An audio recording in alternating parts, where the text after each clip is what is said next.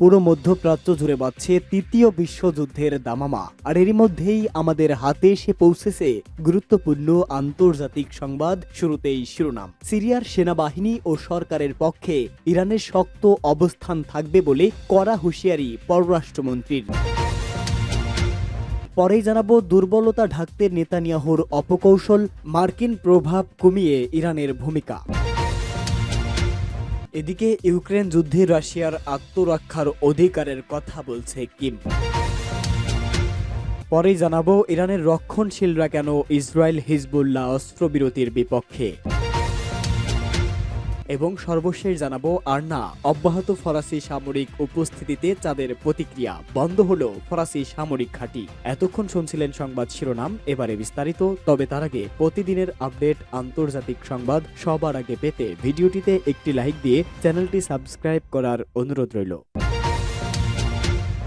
সিরিয়ার সেনাবাহিনী ও সরকারের পক্ষে ইরানের শক্ত অবস্থান থাকবে, পররাষ্ট্রমন্ত্রীর ঘোষণা। ইরানের পররাষ্ট্রমন্ত্রী সৈয়দ আব্বাস আরাকচি সিরিয়ার উত্তরাঞ্চলে উগ্র তাকফিরি গোষ্ঠীর আবার মাথাচাড়া দিয়ে ওঠার প্রতি ইঙ্গিত করে বলেছেন, সিরিয়ার সরকার ও সেনাবাহিনীর পক্ষে ইরান কঠোর অবস্থানে থাকবে। তিনি তেহরানে ইরানের নৌবাহিনী দিবস উপলক্ষে এক অনুষ্ঠানে অংশগ্রহণ শেষে সাংবাদিকদের একথা জানান। আরাকচি বলেন, তিনি ইসলামী প্রজাতন্ত্র ইরানের পক্ষ থেকে গুরুত্বপূর্ণ বার্তা নিয়ে আজ সিরিয়া সফরে যাচ্ছেন। ইরানের পররাষ্ট্রমন্ত্রী সাব জানিয়ে দেন, সিরিয়ার সরকার ও সেনাবাহিনীর প্রতি আমাদের কঠোর সমর্থন থাকবে। তিনি বলেন, আমাদের কাছে ইহুদিবাদী ইসরায়েল ও তাকফিরি সন্ত্রাসীদের মধ্যে কোনো পার্থক্য নেই। আরাকচি বলেন, আমরা মনে করি গাজা ও লেবাননে ইসরায়েল পরাজিত হওয়ার পর শত্রুরা এখন এসব জঙ্গি গোষ্ঠীর মাধ্যমে গোটা পশ্চিম এশিয়া অঞ্চলকে নিরাপত্তাহীন করার অশুভ লক্ষ্য বাস্তবায়ন করতে চায়। সিরিয়ার সেনাবাহিনী অতীতের মতোই উগ্র জঙ্গিদের বিরুদ্ধে যুদ্ধে বিজয়ী হবে বলে ইরানের পররাষ্ট্রমন্ত্রী আশা প্রকাশ করেন।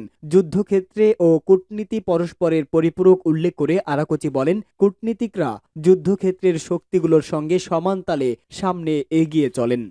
দুর্বলতা ঢাকতে নেতানিয়াহুর অপকৌশল, মার্কিন প্রভাব হ্রাসে ইরানের ভূমিকা। দখলদার ইসরায়েলের প্রধানমন্ত্রী বেনিয়ামিন নেতানিয়াহু সিরিয়ার প্রেসিডেন্ট বাশার আসাদকে আবারও হুমকি দিয়েছেন। সিরিয়ার মাধ্যমে লেবাননের হিজবুল্লাহর কাছে অস্ত্র পৌঁছে যাচ্ছে বলেও দাবি করেন নেতানিয়াহু। সিরিয়ার সরকার আগুন নিয়ে খেলছে। সিরিয়ার রাজনৈতিক বিশ্লেষক ও আশ-শাবাব আল ওয়াতানি পার্টির প্রধান খালিদ কাওয়াকুশ বলেন, নেতানিয়াহুর হুমকির কারণে সিরিয়ার নীতিতে পরিবর্তন তো আসবেই না, বরং এ ধরনের কথাবার্তা বলে নেতানিয়াহু তাদের অক্ষমতার জানান দিচ্ছেন। তারা যে লেবাননে ব্যর্থ হয়েছে সেটার প্রমাণ নেতানিয়াহুর হুমকির মধ্যেই ফুটে উঠেছে। মার খাওয়ার পর যুদ্ধবিরতি করেছে ইসরায়েল। তুরস্কের রাজনৈতিক বিশ্লেষক বলেছেন, ইসরায়েল বড় ধরনের মার খাওয়ার পর হিজবুল্লাহর সঙ্গে যুদ্ধবিরতি চুক্তি করতে বাধ্য হয়েছে। পাশ্চাত্যের সর্বাত্মক সমর্থন ও সহযোগিতার পরও ইসরায়েল যুদ্ধে টিকতে পারছিল না। তারা বড় ধরনের মার খেয়েছে, বিশেষ করে স্থল যুদ্ধে অনেক ক্ষতির সম্মুখীন হয়েছে ইসরায়েল। এ কারণেই তারা যুদ্ধবিরতি করতে বাধ্য হয়েছে। দখলদার ইসরায়েলের ইহুদিবাদী বিশ্লেষক মিখাইল মিলস্টাইন গাজায় ইসরায়েলি বাহিনীর দুরবস্থার কথা তুলে ধরে বলেন, গাজার উত্তরাঞ্চলে ইসরায়েলের কঠিন শত্রু। তার মতে, ইসরায়েলি বাহিনী গাজায় এমন এক যুদ্ধ চালাচ্ছে যার সমাপ্তি কবে হবে তা কেউ জানে না। পর্তুগাল সফরের সময় ইরানের পররাষ্ট্রমন্ত্রী সৈয়দ আব্বাস আরাকচি সাংবাদিকদের বলেন, পশ্চিমা দেশগুলো আবারও ইরানের বিরুদ্ধে জাতিসংঘের নিরাপত্তাগুলো আরোপের হুমকি দিচ্ছে। এ ধরনের হুমকি অব্যাহত থাকলে ইরানের ভেতরে পরমাণু অস্ত্রের অধিকারী হওয়ার বিষয়ে কথাবার্তা বাড়তে পারে। আমেরিকার পররাষ্ট্র সম্পর্ক বিষয়ক কাউন্সিল এক প্রতিবেদনে বলেছে, ইরান যদি একটি পরমাণু অস্ত্রের পরীক্ষা চালিয়ে ফেলতে পারে তাহলে মধ্যপ্রাচ্যে আমেরিকা ও ইসরায়েলের প্রভাব নিমিষেই অনেক নিচে নেমে যাবে।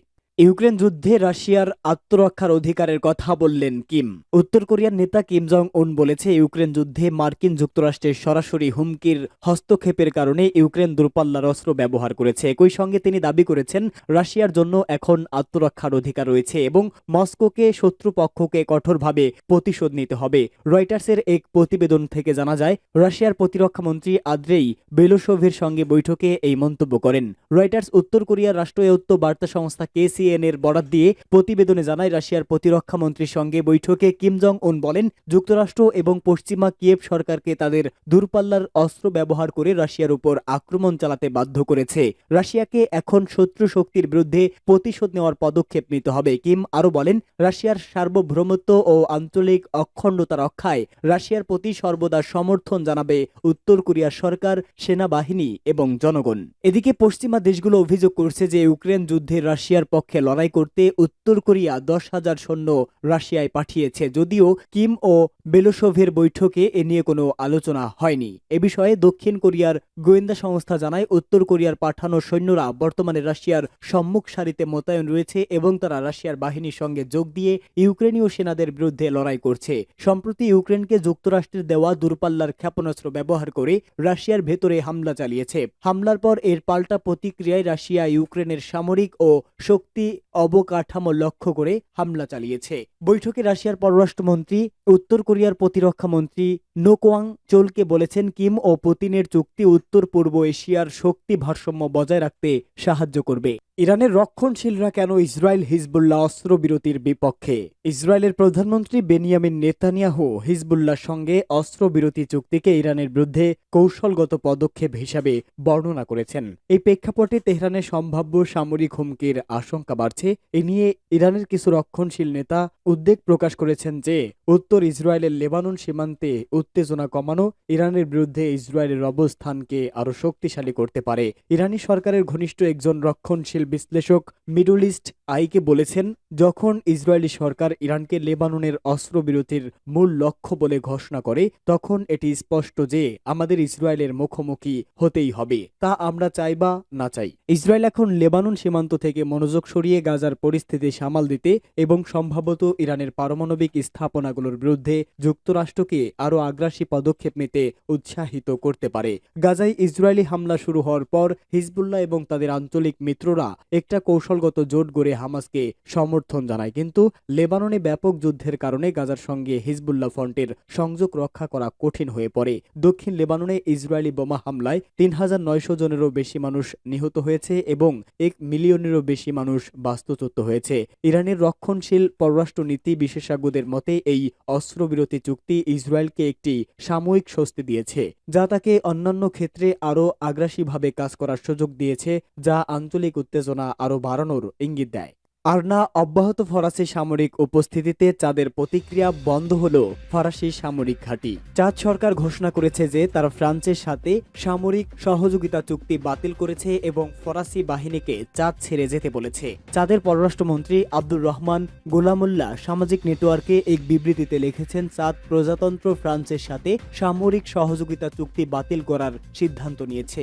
এই বিবৃতিতে চাঁদে ফ্রান্সের সামরিক উপস্থিতির সমাপ্তিকে একটি ঐতিহাসিক হিসেবে উল্লেখ করে বলা হয়েছে, প্রকৃতপক্ষে চাঁদ প্রজাতন্ত্রের স্বাধীনতার ৬৬ বছর পর এই দেশটির পূর্ণ সার্বভৌমত্ব ঘোষণা করার সময় এসেছে এবং একই সাথে জাতীয় স্বার্থের উপর ভিত্তি করে কৌশলগত শরিক পুনর্নির্ধারণ করারও সময় এসেছে। চাঁদের আগে মালি, নাইজার, গ্যাবন এবং বুর্কিনা ফাসো সহ আরও কয়েকটি আফ্রিকান দেশ আনুষ্ঠানিকভাবে তাদের দেশে ফরাসি সৈন্যের উপস্থিতি বন্ধ করে দিয়েছে এবং সেনেগালও ঘোষণা করেছে সে দেশেও ফরাসি সামরিক ঘাঁটিগুলো শীঘ্রই উৎখাত করা হবে। যদিও পূর্ববর্তী দশকগুলোতে আলজেরিয়ার মতো বিভিন্ন আফ্রিকান দেশে ফরাসি উপনিবেশিকতার বিরুদ্ধে স্বাধীনতাকামী আন্দোলনের কারণে ফ্রান্স এই মহাদেশের বেশ কিছু দেশ থেকে নিজেদের গুটিয়ে নিয়েছিল এবং তাদের স্বীকৃতি দিয়েছিল, কিন্তু সাম্প্রতি বছরগুলোতে ফ্রান্স আবারও সন্ত্রাসবাদদের বিরুদ্ধে লড়াই এবং এই দেশগুলোর শান্তি ও নিরাপত্তা প্রতিষ্ঠায় সহায়তার কথা বলে ফের তাদের সামরিক উপস্থিতি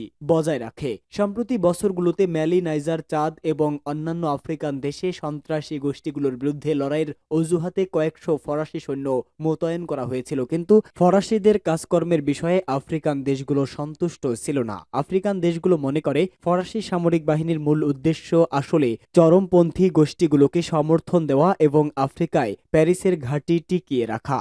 মালিতে ফরাসি সামরিক ঘাঁটির কাছে গণকবরের সন্ধান পাওয়ার পাশাপাশি আফ্রিকা মহাদেশের বেশিরভাগ দেশে, বিশেষ করে উপকূলীয় অঞ্চলে সন্ত্রাসী হামলা বৃদ্ধির কারণে ফ্রান্সের সামরিক উপস্থিতির ব্যাপারে আফ্রিকান দেশগুলোর ক্ষোভ দিন দিন বাড়ছে। পরিস্থিতির কোনো উন্নতি না হওয়ায় গত কয়েক বছরে আফ্রিকার অনেক দেশে আবারও ফরাসি বিরোধী মনোভাব জোরদার হয়েছে। বেশ কিছু দেশে একের পর এক অভ্যুত্থান এর প্রমাণ। অভ্যুত্থানকারীদের প্রতি জনগণের সমর্থন, ক্ষমতাসীনদের দুর্নীতির বিরুদ্ধে প্রতিবাদ সমাবেশ এবং দুর্নীতিবাজদের প্রতি প্যারিসের সমর্থনের কারণে আফ্রিকা মহাদেশে ফরাসি ও ঔপনিবেশিকতার অবসানে এবং আফ্রিকার বিভিন্ন দেশে রাজনৈতিক ও অর্থনৈতিক ক্ষেত্রে নতুন যুগের সূচনা করেছে। কিছুদিন আগে ফরাসি পররাষ্ট্রমন্ত্রী ক্যাথরিন কোলোনা আনুষ্ঠানিকভাবে স্বীকার করেছে যে অনেক আগেই আফ্রিকার দেশটির ঔপনিবেশিক যুগের অবসান ঘটেছে এবং আফ্রিকায় ফরাসি বিরোধী জনমত তীব্রতর হয়েছে।